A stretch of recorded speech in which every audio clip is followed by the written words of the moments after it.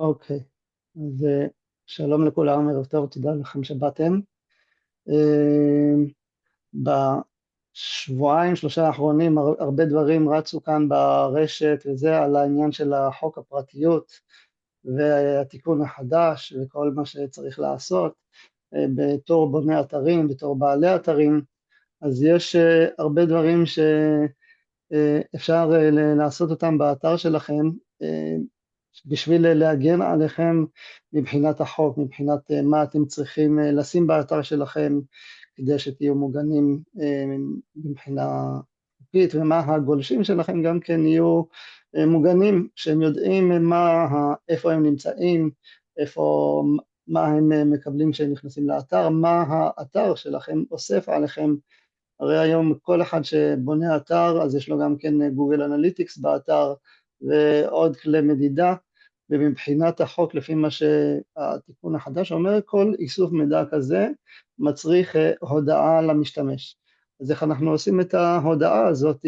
זה צריך להיות שצריך שיהיה לכם באתר דף של הצהרת פרטיות, ובהצהרת פרטיות הזאת צריך שיהיה כתוב ממש מידע ממש מפורט על מה נאסף באתר, חוץ מפנייה באמצעים של טופס יצירת קשר ועוד דברים נוספים שהחוק קובע עליהם שצריך לעשות אותם ולכתוב אותם גם כן בהצהרת פרטיות.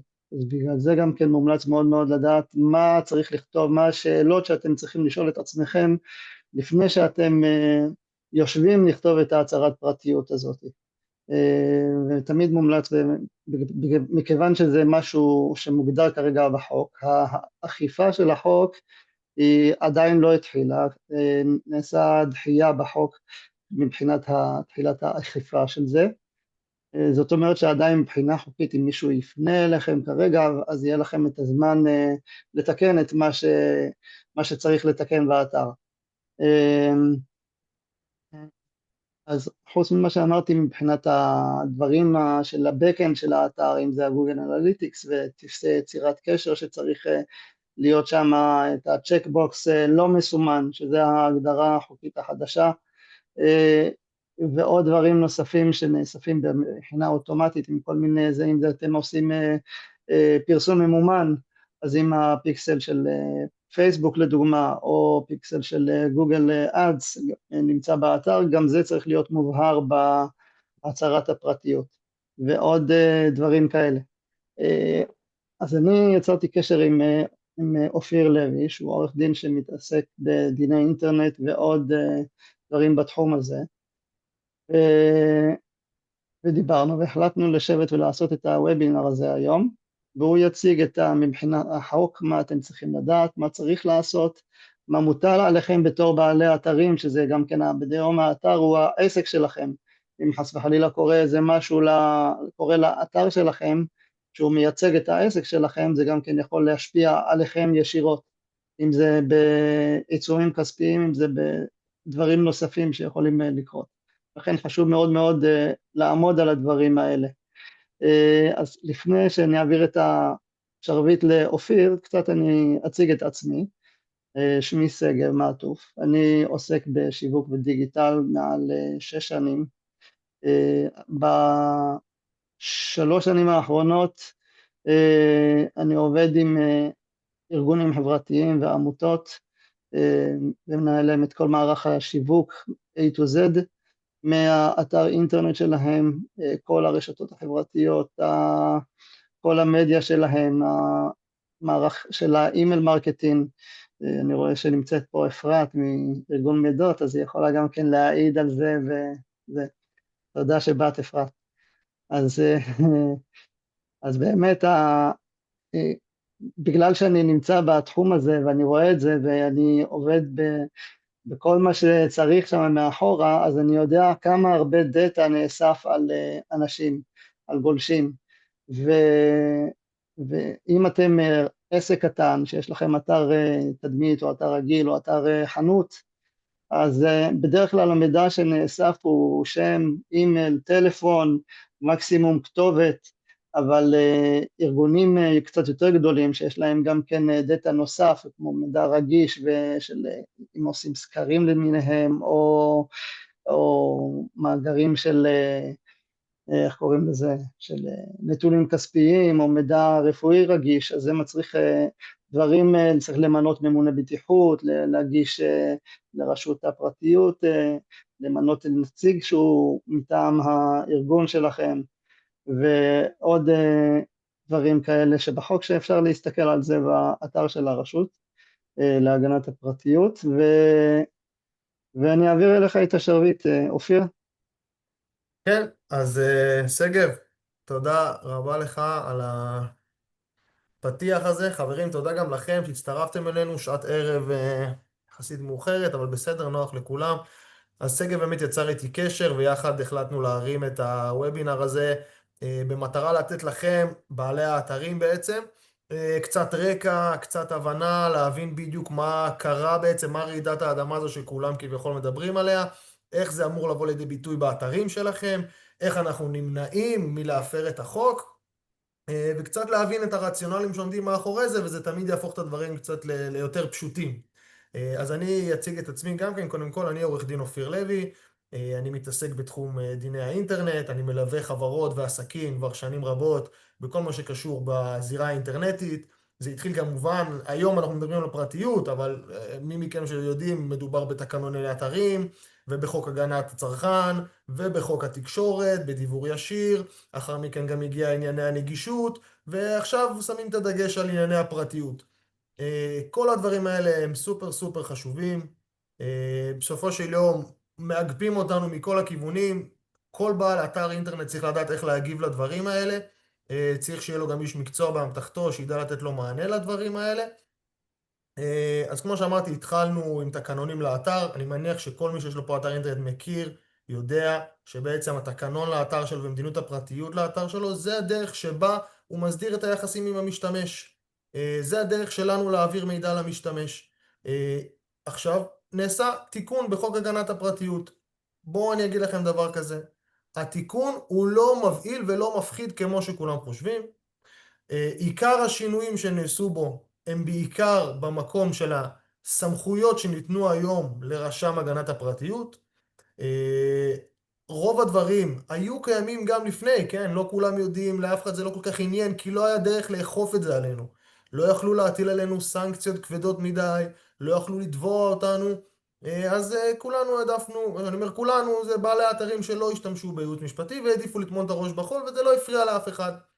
אבל הנה יום בהיר אחד עבר תיקון לחוק שבעצם נותן לרשות הגנת הפרטיות שיניים, סמכויות אכיפה, יכולת להטיל סנקציות, יכולת לבצע ביקורת, ויותר מזה גם נותן לאזרחים, למשתמשים, אפשרות לתבוע. מה זה אומר אפשרות לתבוע? זאת אומרת שכל אחד יכול לתבוע אותנו לפיצוי ללא הוכחת נזק בגין הפרות מסוימות שאנחנו עושים עם המידע שלו. אז מה זה בגדול אומר? שאנחנו צריכים להתחיל לקחת את המידע שאנחנו אוספים ברצינות. אנחנו צריכים להתחיל להתייחס אליו. אנחנו צריכים להתחיל לתת לו משקל. אוקיי? וזה דבר ראשון, צריך להטמיע את זה פנים ארגונית, גם אם אנחנו עובדים לבד, וגם אם יש לנו חברה עם עשרות עובדים. כמובן שזה משתנה באופן שבו אנחנו עובדים, ובגודל שלנו ובמידע שאנחנו אוספים, אבל צריך להבין שיש לדבר הזה משמעות. אז עכשיו ברשותכם אני הולך לזכור בעצם את הדברים שהשפיעו על אתרי האינטרנט. זאת אומרת, איך שאנחנו מוציאים את עצמנו, מציגים את עצמנו החוצה, איך זה השפיע עלינו. אנחנו לא נדבר פנים ארגונית, זה נושא אחר, נפרד, אנחנו מדברים על אתרים.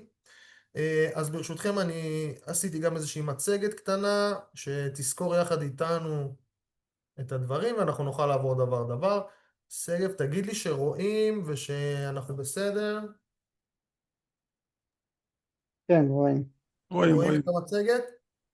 יופי, נהדר. אז חברים, נתחיל דבר דבר. תיקון 13 לחוק הגנת הפרטיות נכנס לתוקף ב-14 לשמיני, שזה ממש לא מזמן, ואני רוצה לתקן את מה ששגב אמר מקודם, שזה סוג של שמועה שרצה. אין כרגע שום תקופת גרייס. תקופת הגרייס שמדברים עליה של אי אכיפה נוגעת רק לענייני DPO, שזה בעצם מינוי של יועץ הגנת פרטיות, ממונה הגנת פרטיות, זאת אומרת חברות שהדבר הזה חל עליהן, חברות או ארגונים, עד אוקטובר כרגע לא יאכפו את זה עליהם, זאת אומרת נותנים זמן התארגנות נוסף. אבל זה לא מוריד מהאחריות שלנו כבעלי אתרים היום. התיקון עבר, הוא נכנס לתוקף, והוא חל כלפי כולי עלמא לכל דבר ועניין. אז מה זה בעצם התיקון הזה? אנחנו נתחיל לדבר עליו. בעצם הוא אומר לנו ככה, עדכון חובה לכל בעלי אתרים בישראל, אני חייב להתחיל להסביר ללקוחות שלי, א' כל, מה אני עושה עם המידע שאני אוסף, איזה מידע אני אוסף, איך אני מאבד אותו, איך אני שומר עליו, איפה אני מאחסן אותו ולמי אני מעביר אותו. לא רק זה, אני גם חייב לתת להם זכות גישה למידע הזה. מה זה אומר זכות גישה? לקוח שפונה אליי, אני חייב להגיד לו איזה מידע יש לי עליו, הוא רשאי לדרוש ממני לתקן אותו, והוא יכול גם להגיד לי למחוק אותו. מה גם, אני לא אעשה יותר שימוש במידע מעבר למה שאני צריך, מחוץ למטרה שלשמה התחייבתי מלכתחילה. יש לנו גם דבר נוסף שכולכם בטח מכירים, זה ענייני הקוקיס, עוגיות, שזה בעצם שמירת מידע אוטומטית. מה זה בעצם עושה? זה עוקב IP, זמן שהייה באתר, מידע אוטומטי, ובדרך כלל אני יודע, יש מערכות שיודעות לנתב את זה לשימוש נכון לפרסומים, אני יודע להתאים יותר נכון את הפרסומות שלי ללקוחות שלי, וזה בעצם קוקיס. אז גם פה, אני מניח שהרבה מכם גם יודעים שתקנות ה-GDPR האירופאי כבר מזמן חייבו אתרים באירופה להציג את הבאנר הזה שקופץ לנו שיש פה קוקיס באתר ושעוקבים אחרי השימוש שלי באתר, וגם ישנה אפשרות לבחור איך לעשות את זה. אז היום הביאו את זה גם אלינו. אמנם אין חובה ולא כתוב שחור על גבי לבן להציג באנר קוקיס, אבל תכף אנחנו נגיע גם לזה ואנחנו נראה איך אנחנו מתמודדים עם הנושא הזה. אז למה זה חשוב? למה חשוב לי להתאים את האתר שלי? למה חשוב לי להבין מה בעצם קורה פה ולאיזה סערה נכנסנו? הדבר הכי חשוב, אנחנו לא רוצים שיטילו עלינו סנקציות משפטיות, אנחנו לא רוצים קנסות ואנחנו רוצים להימנע מתביעות. בסופו של יום כולנו עובדים בשביל להרוויח כסף, בשביל לעבוד בשקט, לישון טוב בלילה. וכמו שהרבה מכם אולי מכירים, תביעות הספאם, תביעות הנגישות, תביעות הגנת הצרכן, ביטולי עסקה וכדומה, אלה מכות, קשה להתמודד איתם. וגם פה הוסיפו לנו נדבך חדש. אז יש שני מקומות שיורים עלינו אש, נקרא לזה. א', זה סנקציות מצד הרשות להגנת הפרטיות. זאת אומרת, היום מפקחים ומבקרים של הרשות להגנת הפרטיות, יש סמכויות נרחבות הרבה יותר ממה שהיה להם לפני כן. מה זה אומר? הם יכולים להגיע אליי לעסק, להיכנס אליי לעסק, רק בגלל שיש איזשהו חשד הכי קטן, חשד סביר נקרא לו, שיש שם מאגר מידע, להיכנס ולבחון את הספרים שלי, לראות איך אני שומר את המידע שלי, מה אני עושה איתו. מעבר לזה, יש להם אפשרות להטיל על העיצומים כספיים. עכשיו, גם חשוב להכיר, הדברים האלה נורא נורא טריים. אנחנו עוד לא יודעים איך זה יבוא לידי ביטוי בשטח, אנחנו עוד לא יודעים איזה גובה של קנסות יוטלו, איזה הגנות יהיו טובות יותר או טובות פחות לתביעות האלו, אבל המטרה שלנו זה להיות מכוסים, לבוא מראש ולדעת שיש לו, אני רואה שאנשים כותבים בצ'אט, אני אנסה רגע להסתכל. תכף אז אני רואה שכותבים דברים, אנחנו תכף ניכנס לזה, בסדר? בינתיים אני אמשיך עם המצגת ונעשה בסוף במרוכז. אז בעצם יש סמכות להטיל עליי קנסות, סמכות לפגוע לי בעסק, יש שיניים כמו שאמרתי. עכשיו, הדבר השני זה תביעות אזרחיות. המחוקק בא ואומר, אני יכול להשתמש בכל המדינה כמבקר, כולם מפקחים שלי. כל מי שיעשו לו משהו רע, לא ישמרו לו על המידע, לא יעמדו בהוראות החוק, הוא יוכל ללכת ולתבוע. באמצעות התביעות האלה, בעלי האתרים לאט לאט לא יהיה להם ברירה, אלא להתיישר לפי החוק ולפי הדרישות. אז היום יש אפשרות לתבוע ללא הוכחת נזק.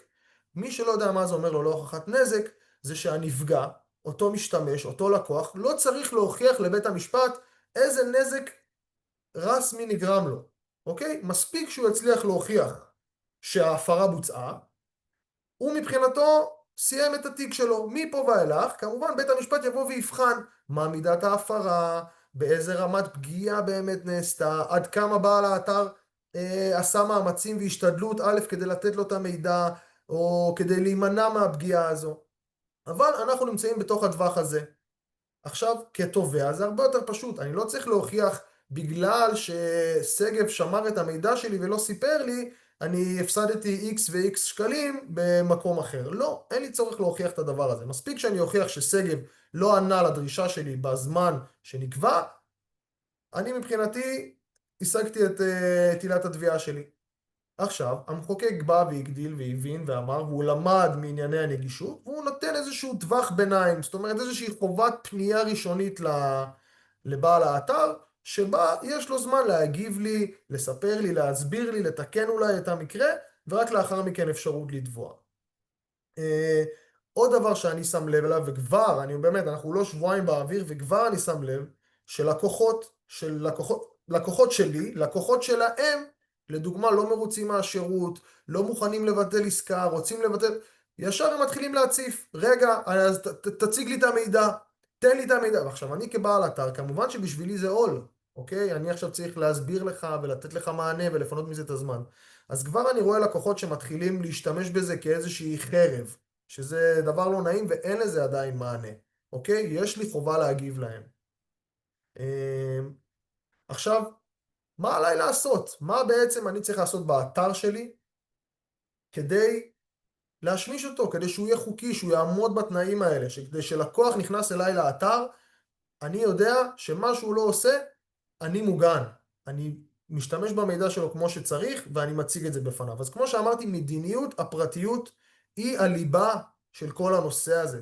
זה האופן היחידי שבו יש לי להסביר ללקוח שלי מה קורה עם המידע שהוא משאיר אצלי באתר. באתר או כל מה שאני לאחר מכן עושה איתו גם כן. ומדיניות הפרטיות היום חייבת להיות מעודכנת ברמת הדיוק של הדיוק. זאת אומרת, אין כבר פיצ'יפקסים שאנשים עשו או לא עשו, או לקחו משם ולקחו מפה, שגם לזה יש לי הרבה ביקורת לומר מבחינת זכויות יוצרים והגנה על עשייה, אבל ומעבר לעובדה שאין יכולת, כבעל אתר שאין לו יכולת משפטית להבין מה באמת כתוב שם ואיזה הגנה אם בכלל נותן לי, היום יש לי על זה פיקוח, היום אני יכול להיפגע מזה. אז מה בעצם צריך להיות שם?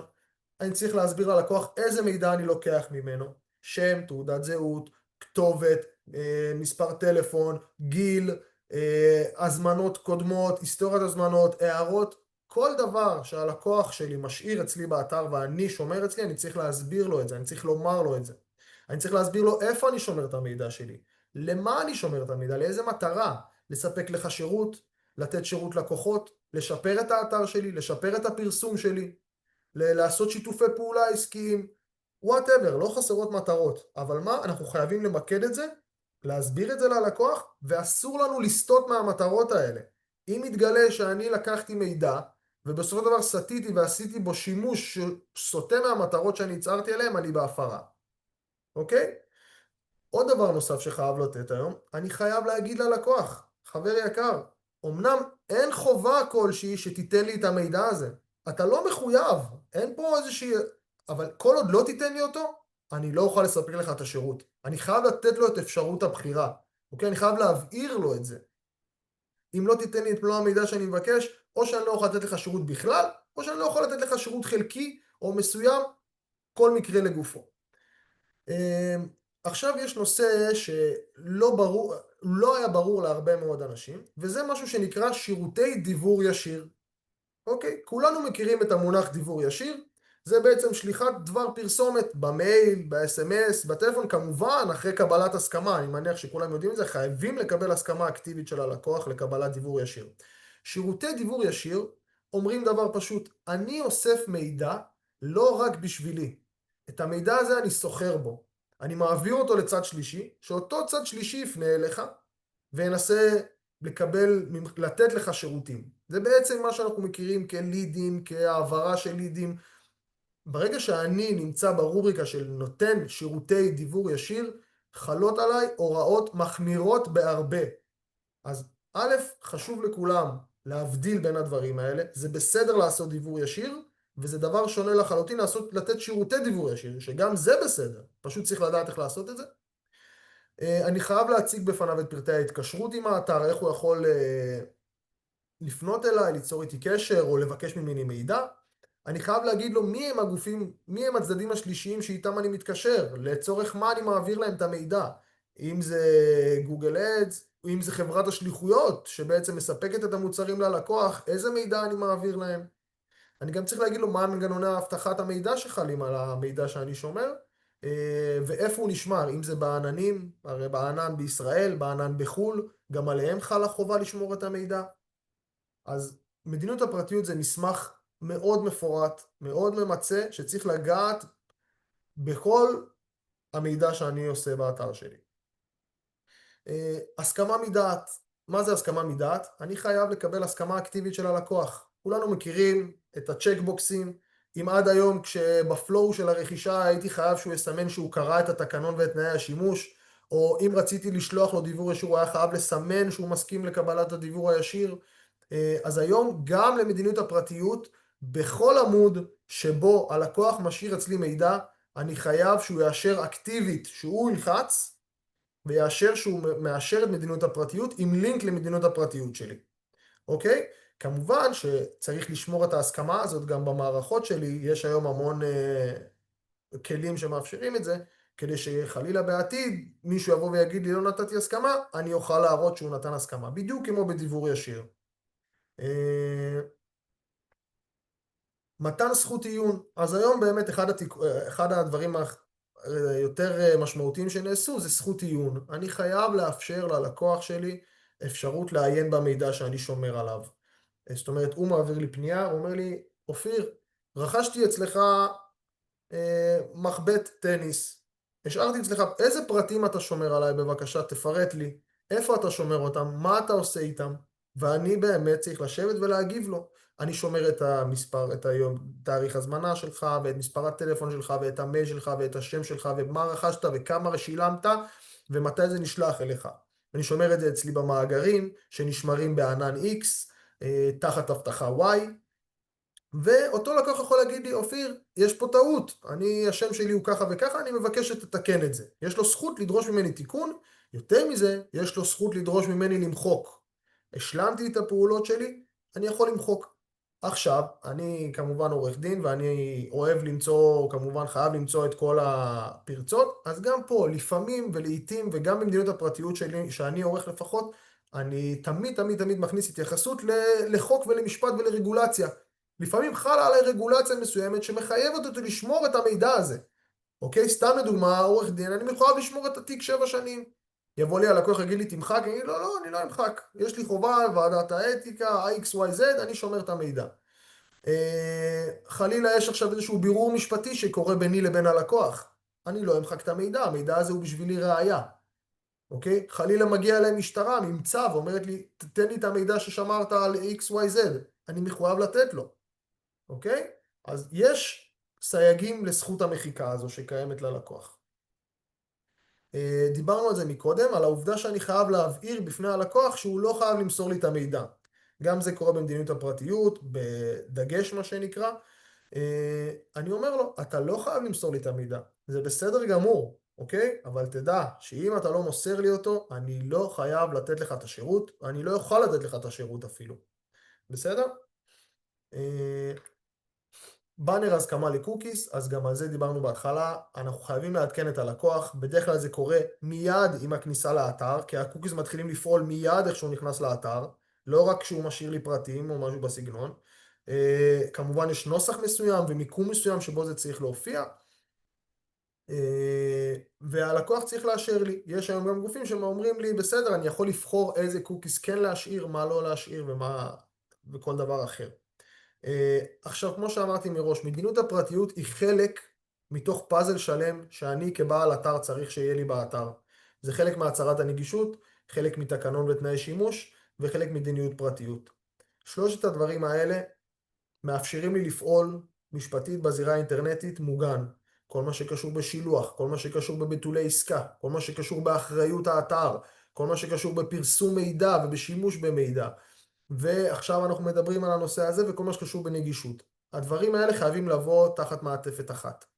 אני רוצה להאמין שכולכם כבר היום נמצאים תחת ההגנות, ולכולכם יש את התקנונים המעודכנים ביותר וכל מה שצריך. ויכול להיות שעכשיו אתם תצטרכו לבצע שינויים פשוט במדיניות הפרטיות שלכם, להתאים אותה להוראות החוק, ולשים את זה מאחוריכם ולדעת שאתם במקום טוב. זה השינויים שנבעו עקב תיקון 13 לחוק בנוגע לאתרי אינטרנט. כמו שאמרתי מלכתחילה, יש שינויים נוספים שנעשו, אבל הם לא קשורים לאו דווקא לאתרים, הם קשורים לאופן שבו אני שומר את המידע, זאת אומרת, איך אני מפקח על מאגרי המידע שלי. מה זה מאגר מידע? מי חייב ברישום מאגר מידע? שאלו פה כבר, אני רואה על DPO, מי חייב? איך חייב? למי אני נותן הרשאות? אחת השאלות היפות, מה זה מאגר מידע? מאגר מידע זה לא רק מידע של לקוחות, מאגר מידע יכול להיות רשימת עובדים, יכול להיות רשימת ספקים, יכול להיות רשימת לקוחות כאלה מחו"ל, לא דוגמה. מאגרי מידע הם אינסופיים, אוקיי? אז בגדול אנחנו סיימנו את המצגת בנוגע לאתרים, אנחנו נעשה קצת שאלות ואולי נוכל לפתוח את המיקרופונים למי שרוצה לדבר, נעשה סביב זה איזה שיח קטן. אז אני כמובן אשמח לענות לכם, אני כמובן אשמח לעזור לי, כל מי שרוצה אחרי זה לפנות אליי בפרטי גם, כי אני יכול להרגיש חופשי, כל שאלה שהיא אני אשמח לענות, אשמח לסייע, כמובן מה שתצטרכו מעבר, אני כמובן פה. אז שגב, תאמר לי, אתה רוצה להעלות אנשים, או שאני רגע אעבור על השאלות כן, שרשום בצ'אט? כן, אני רואה ששאלו כאן מה נמצא בתחום האחריות של בוני האתרים ומה בתחום של בעלי האתר. אוקיי, אז גם פה, השאלה הזו היא שאלה יפה, והיא קיימת עוד מלפני התיקון כמובן. יש פה מערכת יחסים חוזית, מסחרית, אוקיי? החוק לא מגדיר ונותן לך כבעל, כבונה אתרים, איזושהי אחריות על האתר. האתר הוא לא שלך, אוקיי? ואין איזשהו תקן בנושא הזה. כמובן כשאתה נותן שירות ללקוח, אתה חייב לכסות את עצמך.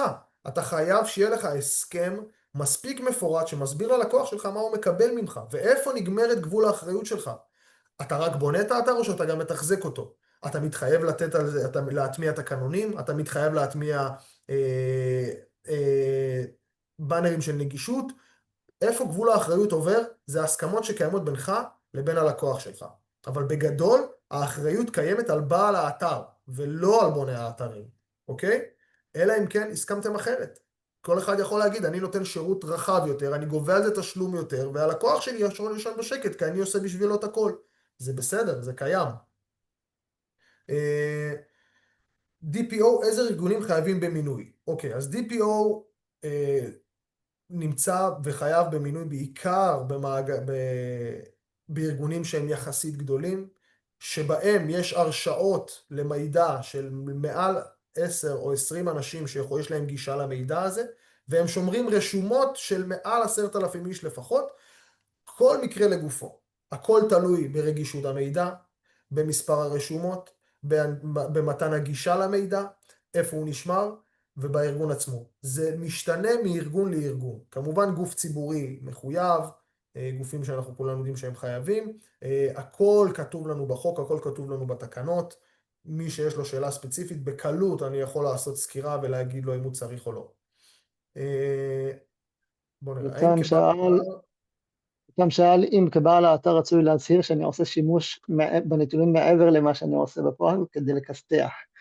אז א', בינינו, כן, אפשר. כמובן שאני לא אתחיל להמציא, כי אני לא רוצה לשים את עצמי במקום שיש עליי חובות.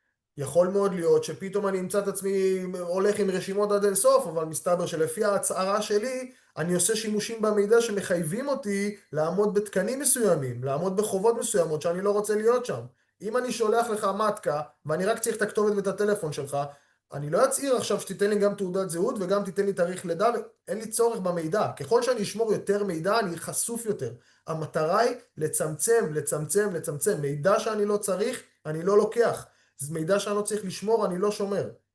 אוקיי? כל הדברים האלה רק יכולים לתת לי חשיפה. אני רוצה אתר תמיד להוסיף צריך משהו, תקנון. הוא שאל כנראה כי הוא בונה אתרים. אז מהמם. בדרך כלל אם אתה בונה אתר, אז אתה צריך בהסכם שלך מול מי שאתה בונה לו את האתר להוסיף סעיף שאתה מיידע את הלקוח, אתה צריך לעשות הצהרת פרטיות, אתה צריך לעשות נגישות, אתה צריך שיהיה לך תקנון. זה דברים שהחובה היא חלה על בעל האתר, לא על מי שבונה את האתר. נכון. זה משהו שחשוב את זה, וכדאי להוסיף את זה לתקנון להסכם שלך מול מי שאתה בונה לו את האתר. חשוב מאוד. ואם ואתה לא יכול תוכלו... להגיד לו, אני יכול לספק לך את זה דרך זה, ודרך התייעצות עם מישהו ממונה בחוק, שבמקרה הזה זה עורך דין, וייתן לך זה, אבל זה בתוספת, או שנגלם את זה בהסכם שלך מול בעל מול מי שאתה בונה לו את האתר. יפה מאוד. השאלה הבאה, אני רואה ששאלו אותה פעמיים. כן. אתר תדמית צריך תקנון. אז זו שאלה מצוינת, אני נתקלתי בה באמת עשרות פעמים, וחד משמעית, אתר תדמית צריך תקנון, ואני אסביר כמובן. אז כמובן שהתקנון שהוא צריך הוא לא תקנון מקיף ומלא, כמו אתר e-commerce או אתר מכירתי אחר, אבל כל אתר תדמית היום מספק לנו מידע. הוא מספק מידע, בדרך כלל זה בלוג, יכול להיות שיש אפשרות לתגובות, יש אפשרות לצ'אט, יש אפשרות לפורומים, גם אלה אתרי תדמית.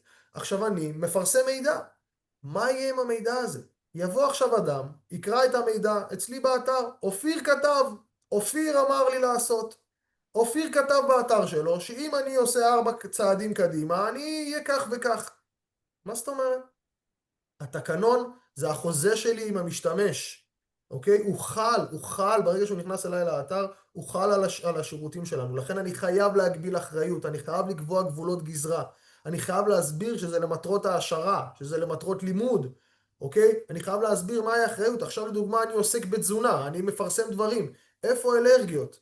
איפה סכנות כאלה ואחרות? הדברים האלה חייבים לבוא לידי ביטוי. אז כמו שאני אומר, זה לא תקנון מקיף שיהיה כולל בתוכו תנאי ביטול או שילוח, אוקיי? או תנאי רכישה או הרשמה, אבל הוא יכלול הרבה דברים אחרים. אתרי תדמית יכולים גם לפעול לדיוור ישיר. גם פה אני חייב להסביר ללקוח מה זה דיוור ישיר. אני חייב להסביר לו מהם התנאים לקבלת הדיוור הישיר. אז כן, אתר תדמית צריך תקנון. גם התייחסו, כיוון שאני גם כן העליתי את זה בדפים של סמוב, במערכות של דפי נחיתה כמו כן, אני רואה. שלח האמת שגם, מסר, רב מסר נכון, וכאלה. דיברנו על זה. שגב, רגע, רק קודם אני רואה שגיל שלח הודעה לפני כן. גם כן. חופית ביקשה לשאול כמה שאלות, אז אם היא רוצה אחרי זה לפתוח את המיקרופון זה גם בסדר. בנוגע על נראות הבאנר בכניסה לאתר,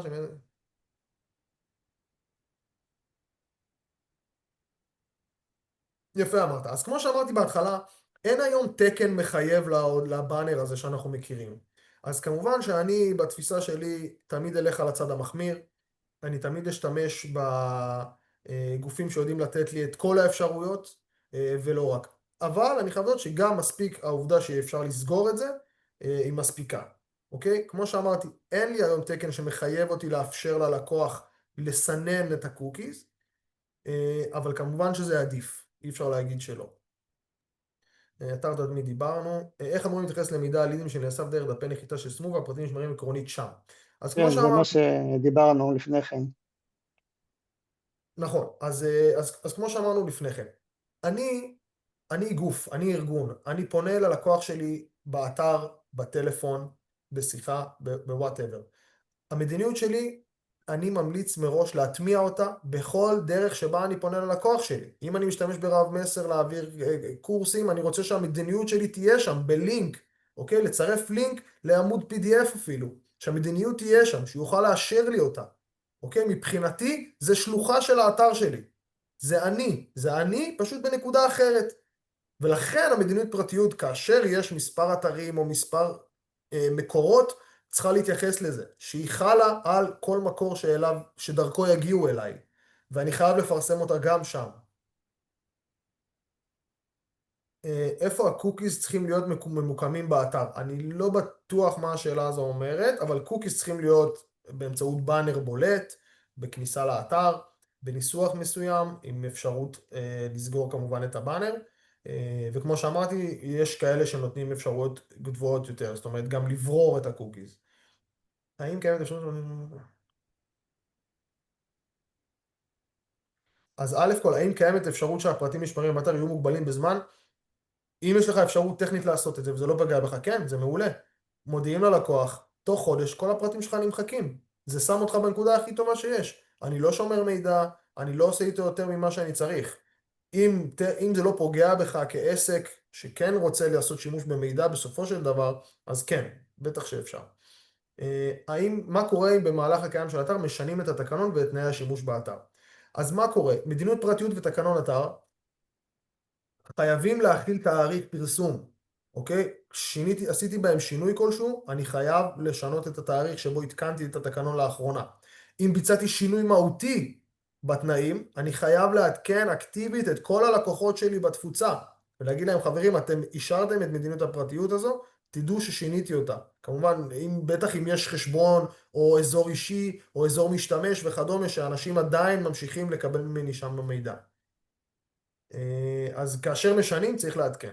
בנגישות, אם אדם רוצה לתבוע עסק, הוא צריך לתת 60 יום התראה מראש, על מנת שבעסק יתקן את הליקוי. זה קורה כאן, האם יש שם מכס?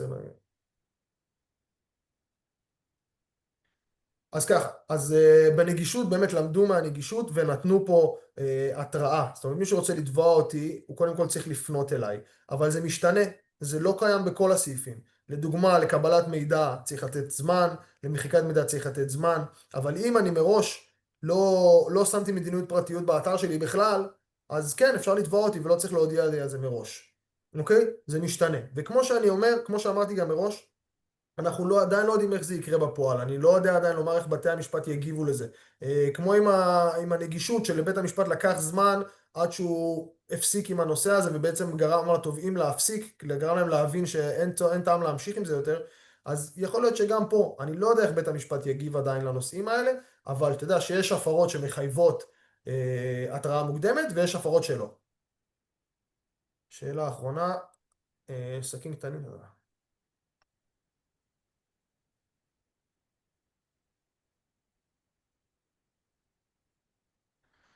אז ככה, אני אסביר לכם.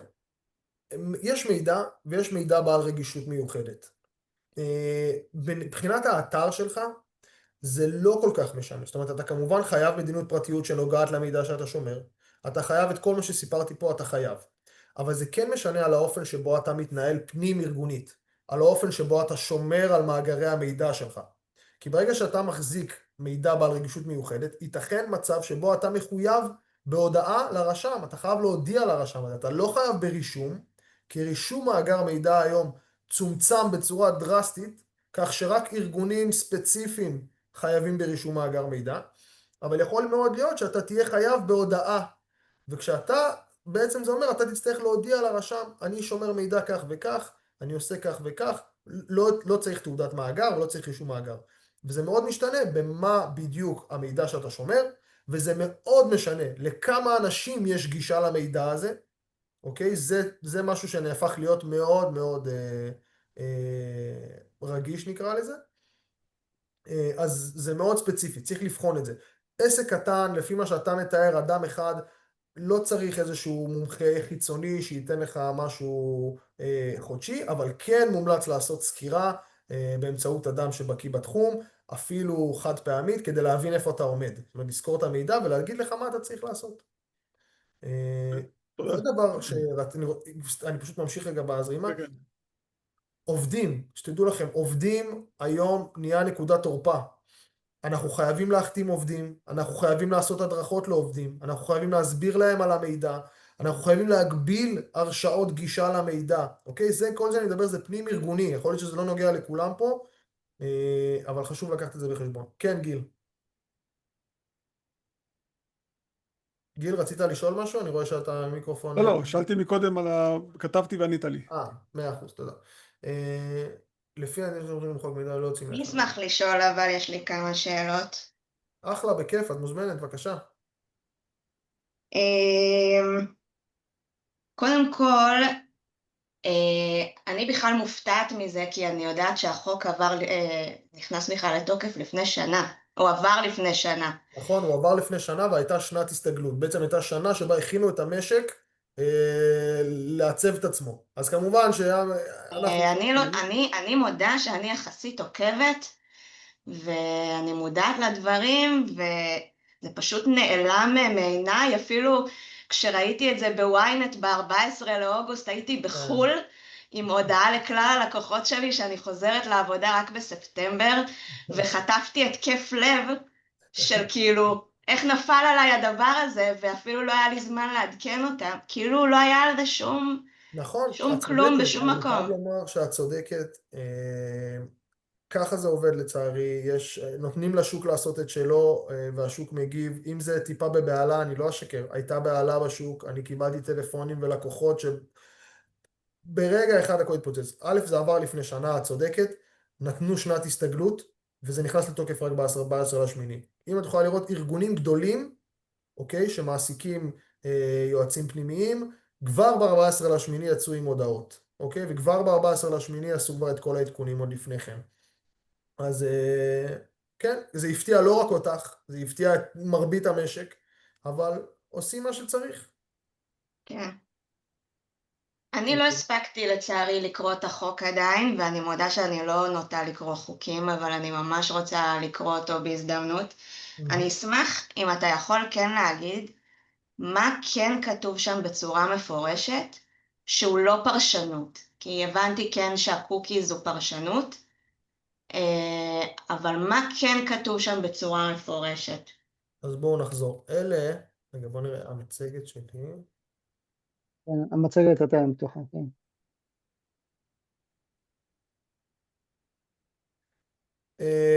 לא, זה לא רשום מפה. אז ככה, שני דברים אני אתחיל. א' כל, אני לא מכיר אדם שהוא לא עורך דין, שקורא חוקים, וזה בסדר, אבל שתדעו שהחוק הזה, באמת אני אומר לכם, הוא ברור יחסית בניסוח שלו, אוקיי? מי שיש לו גישה והבנה ברשת למידע ולמונחים ולמושגים, יכול להבין אותו בקלות, הוא לא מסובך, אוקיי?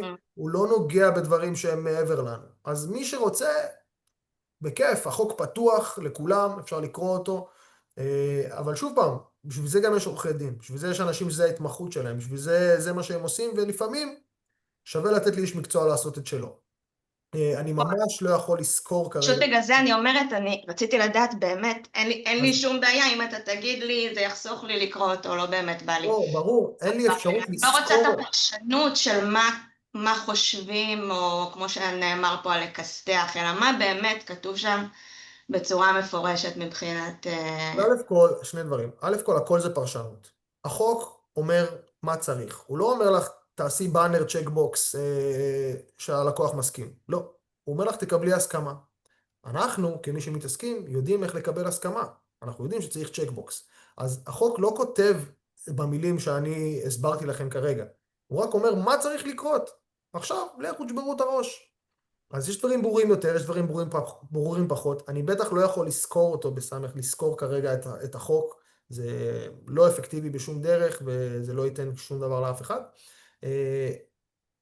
מה שהוא אומר זה בערך כל מה שאמרתי כרגע.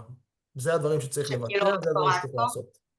כן, כל מה שדיברתי, אם זה מההסכמה ומדיניות פרטיות וצ'קבוקס לקוקיס וצ'קבוקס להסכמה מדעת ומתן אפשרות למחיקת מידע ותיקון מידע וגישה למידע ועיון במידע. אלה דברים שהחוק אומר שצריך לעשות. עכשיו, יש לחוק איזושהי התייחסות על החוק של ה-GDPR האירופי? אז החוק, כל המטרה שלו בסופו של דבר זה להתאים את עצמנו אליהם. הם הרי, ה-GDPR הוא כרגע המוביל בעולם, נקרא לזה הוא ואולי קליפורניה, ה-CPAA, והם כרגע מובילים את התחום. כרגע ישראל אמרה, בוא, אנחנו רוצים להשוות תנאים, שנוכל אנחנו לתת פייט. הוא לא מתייחס אקטיבית ל-GDPR, החוק לא מתייחס לחוקים אחרים, אוקיי? הוא חוקק בפני עצמו, וכמובן שיש בו הקבלות מסוימות ל-GDPR. אוקיי. יש לי עוד שתי שאלות ברשותך. אפשר, כן, בכיף. דיברת קודם, 3. דיברת קודם, אבל לא, כאילו זה היה כתוב, אבל לא דיברת על זה, על המנגנון של אבטחת מידע. איך אנחנו בעצם שומרים על המידע, מאבטחים את המידע. את צודקת ב100%. אז כמו שאמרתי, המצגת כרגע וההרצאה מדברת על האתרי אינטרנט, היא לא מדברת פנים ארגונית, וזה נושא פנים ארגוני.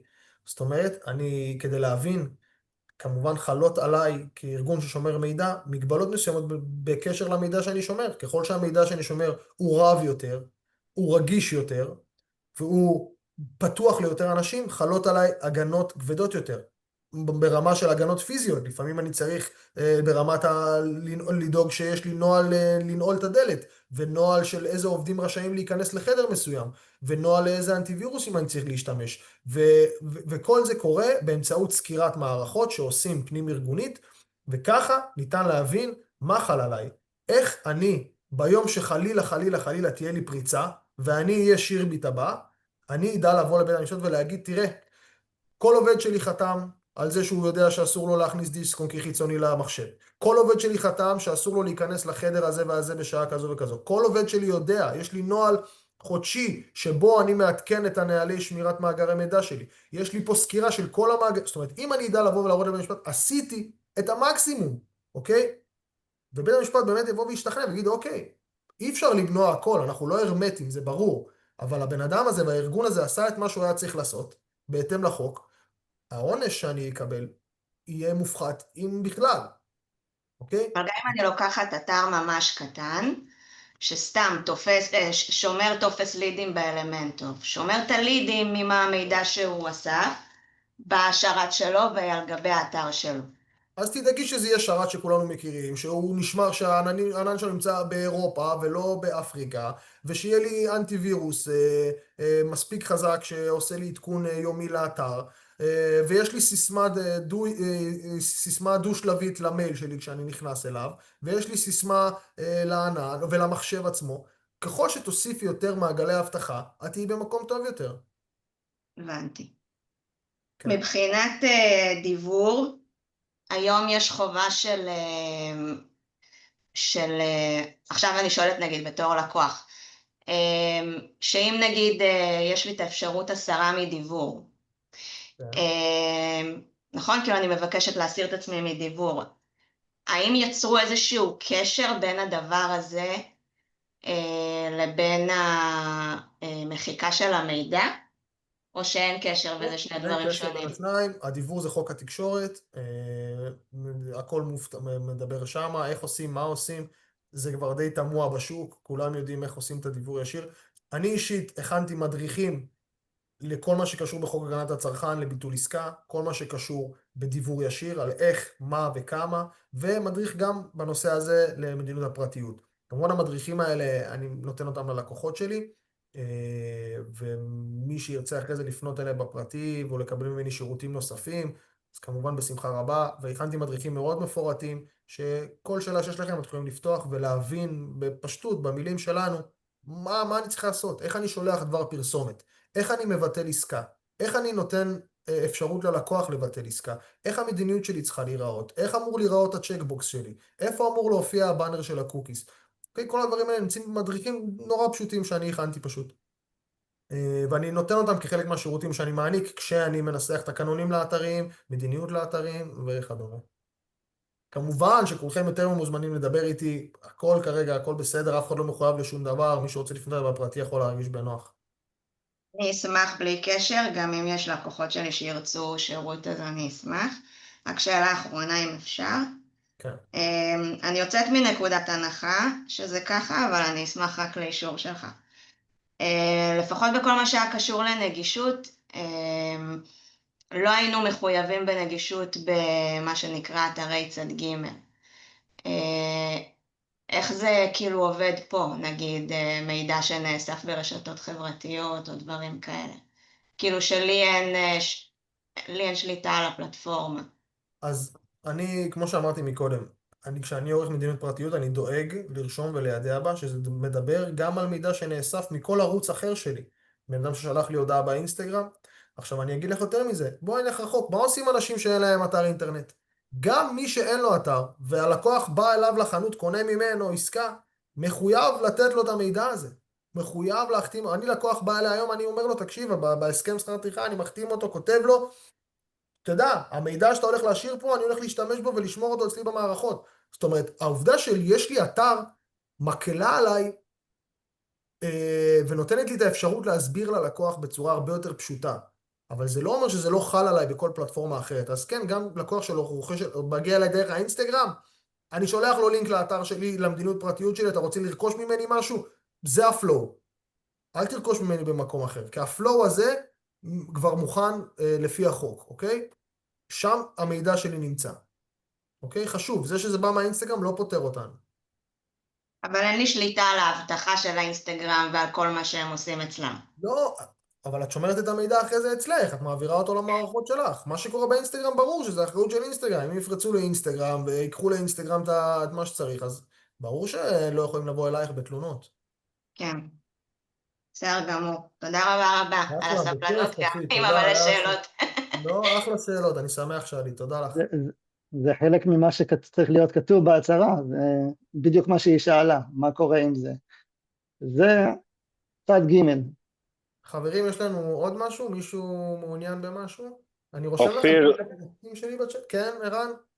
כן, יש לי שאלה, רשמתי, אבל אני אשאל אותך בכל זאת. בבקשה. קודם כל, לגבי מידע, ראיתי שבחוק החדש נדרש למחוק אחרי אחריות, אחרי שירות, כל דבר מוגדר קצת אחרת. נכון. כיוון שאנחנו מתעסקים באיזשהו תחום שיכול להיות שגם אחרי תקופת האחריות, בעצם בן אדם יבקש שירות, ואני צריך את המידע הראשוני כדי לתת לו את השירות הזה. איך אני בעצם עוקף את התהליך הזה? אחר כך יש לי עוד שאלה ברשותך. אז א', אני לא עוקף. אם אני לא יכול למחוק את כל המידע, אני שומר רק את המידע שרלוונטי לי. לדוגמה, אתה שואל כעורך דין? לא, לא, ממש לא. אז אני לדוגמה עורך דין.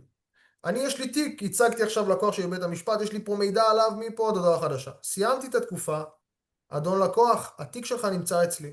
אני מבקש שתבוא לקחת אותו לפני שאני מבאר אותו. כן, אופיר, אני בא, אני לא בא, אני כן בא.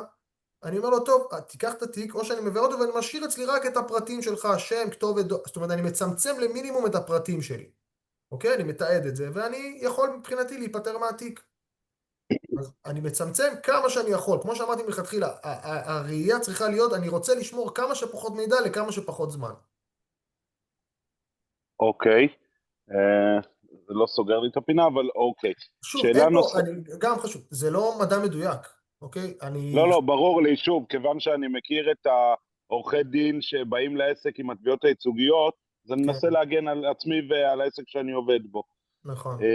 ואני לא משפטן ולא איש משפטים, אבל לצערי נאלצתי להתמודד עם כמה כאלה. והצלחתי יפה גם. אבל אני מאוד שמח שהיית בצד הנכון. כן, שוב, יש חוק ויש קטנוניות, אבל לא ניכנס לזה, לא רלוונטי לפה. כן. גם אנחנו לא ראינו את כל השנה האחרונה, ובעצם קיבלנו את זה כבומבה, כנראה כמו המון עסקים. יש לי עכשיו מאגרי מידע כאלה ואחרים, שבעצם יש לי שם שם, טלפון, אימייל, מוצר שהוא רכש. פה נגמר המידע, אין מידע רגיש. אוקיי. האם עכשיו אני צריך להחתים את כולם, אם אני רוצה בעצם לדבר אותם? בהחלט, אתה חייב, עוד לפני כן היית צריך, המומלץ היה שכשהם השאירו את המידע, היית מחתים אותם, או נותן להם ללחוץ לך שהם מאשרים, לקבל ממך דיוור ישיר. אם היום אתה רוצה לדבר אותם, או לפנות אליהם בהצעות שיווקיות, אתה חייב לקבל את ההסכמה שלהם, אם לא קיבלת אותה במועד שבו קיבלת את המידע. בכל דיוור שלנו יש את האופציה של הסר, תמיד היה. זה בסדר גמור, אבל כדי לשלוח את הדיוור הזה, אתה חייב הסכמה שלהם. הסכמה. אחרת, זה הודעת ספאם. הבנתי. רגע, זאת אומרת שתיאורטית אם יש לי 1,000 לקוחות, אני צריך לשלוח מחר מייל ל1,000 לקוחות שיאשרו. נכון. הבנתי. אוקיי, המון המון תודה. קודם כל היה מענה מאוד וברור מאוד. תודה, אני מאוד שמח לשמוע. תודה לשניכם. זהו, זה היו השאלות שלי. אחלה, תודה ערן, תודה רבה, שיהיה ערב טוב. אופיר, הדיוור זה נוגע רק לדיוור שיווקי או לכל דיוור? דיוור שיווקי. זאת אומרת, אם עכשיו אני רוצה לשלוח מידע על משהו שלא שיווקי בזה, אלא שינויים במידע שינויים אצלנו, בתקנון, לא, אתה לא צריך הסכמה. לא צריך הסכמה. מדובר על דיוור שיווקי, על פרסומות. פרסומות בלבד. אבל עדיין אופיר צריך למחוק את האנשים אחרי תקופת זמן. מוגדר נגיד שירות שנה מתום השירות, סתם דוגמה. כן. מחר יש לי איזשהו ריקו למוצר, ועבר הזמן שלו, אין לי את המידע על הבן אדם, נמחק המייל שלו, הטלפון, השם, לא משנה מה. אין לי דרך לעדכן אותו. אז אני אומר, תשמור את המידע החיוני לך. אתה לא חייב למחוק את הכל עד 0. אם אתה יודע שייתכן שאתה תצטרך לעדכן את הלקוח באיזשהו אופן, אז תגיד, אם יבואו אליי ואתם תגיד, אני שומר את המידע הזה אצלי, אני לא שולח לו דבר פרסומת, אני צמצמתי את המידע רק לשם וטלפון, ואני שם את זה אצלי בכספת, אז כשיבואו ויתנו נגדך, יהיה לך מה להגיד. תגיד, אני יודע שיכול להיות ריקול, אני צריך אפשרות ליצור קשר עם הלקוח, זה לטובתו, לא לטובתי. לא שמרתי את זה כדי להתעשר על גבו. זהו, אני מאלה שכן קרא את החוק, ואני חייב להודות שזה לא מה שהבנתי מהחוק. אלא הבנתי שנה אחרי תום אחריות. אשמח שתשלח לי את מה שקראת, ואנחנו נדבר על זה, ואני אראה אם אני מצליח להניח את דעתך. יאללה, מעולה. אחלה. אפשר עוד שאלה? האם זה חוקי לכתוב בזה, בצ'קבוקס, אני מסכים לשלוח אליי מידע שיווקי ללא המילה פרסומת? כן. כן? אוקיי. מידע שיווקי, דיוור, כן, גם בסדר. כאילו, כי אז היה רשום שצריך להיות כתוב בכל מייל זה שיהיה רשום בסוף פרסומת. במייל או בהסכמה? במייל אתה צריך לכתוב דבר פרסומת. ואם אני רושם בזה, בצ'קבוקס, אני מסכים לשלוח אליי בלי המילה פרסומת. אתה לא צריך בצ'קבוקס, אתה מערבב שני דברים שהם לא קשורים. צ'קבוקס באתר זה משהו אחד, שם אתה לא צריך לתת, במייל שאתה שולח חייב להיות מופיע פרסומת. בדיוק. סבבה. טוב, יפה, נראה לי שאנחנו חברים. סיימנו כאן, יפה, בזמן, כמעט. אז תודה לכולם, באמת היה לי סופר כיף, היו שאלות לעניין, היה קשב, שמחתי מאוד. שגב, תודה לך גם שהעלית אותי לקהל הנפלא שלך, תודה לך שבאת. בשמחה רבה, אנחנו אולי נעשה בעתיד עוד דברים, אם יהיו נושאים נוספים שמעניינים אתכם בתחום הצרכנות, בתחום האינטרנט, הם מוזמנים לכתוב לי או לשגב, ואולי אנחנו נרים את הכפפה ונעשה עוד ערבים כאלה. כן, אני יכול גם כן בהמשך לפתוח את הקבוצת וואטסאפ שיוכלו לשאול שם, מי שירצה, או לפנות ישירות אלינו. אני אומר, אתם יכולים פשוט לפנות ישירות אלינו, השם שלנו, הטלפונים שם, אתם יכולים לפנות אלינו לשאול, ואם יהיה צורך אני נעלה את השאלות ונחזור אליכם גם כן, מי שצריך פנייה ספציפית. מעולה. חברים, תודה רבה. שמחתי. תודה רבה לכולם. תודה רבה. תודה רבה לך אופיר גם כן, על כל התוכן והמעולה, ממש ממש שמחתי לארח אותך ושמחתי שהיית כאן ונתת לנו את זה. נהדר. תהיה לנו המשך ערב נעים ומוצלח. להתראות. להתראות.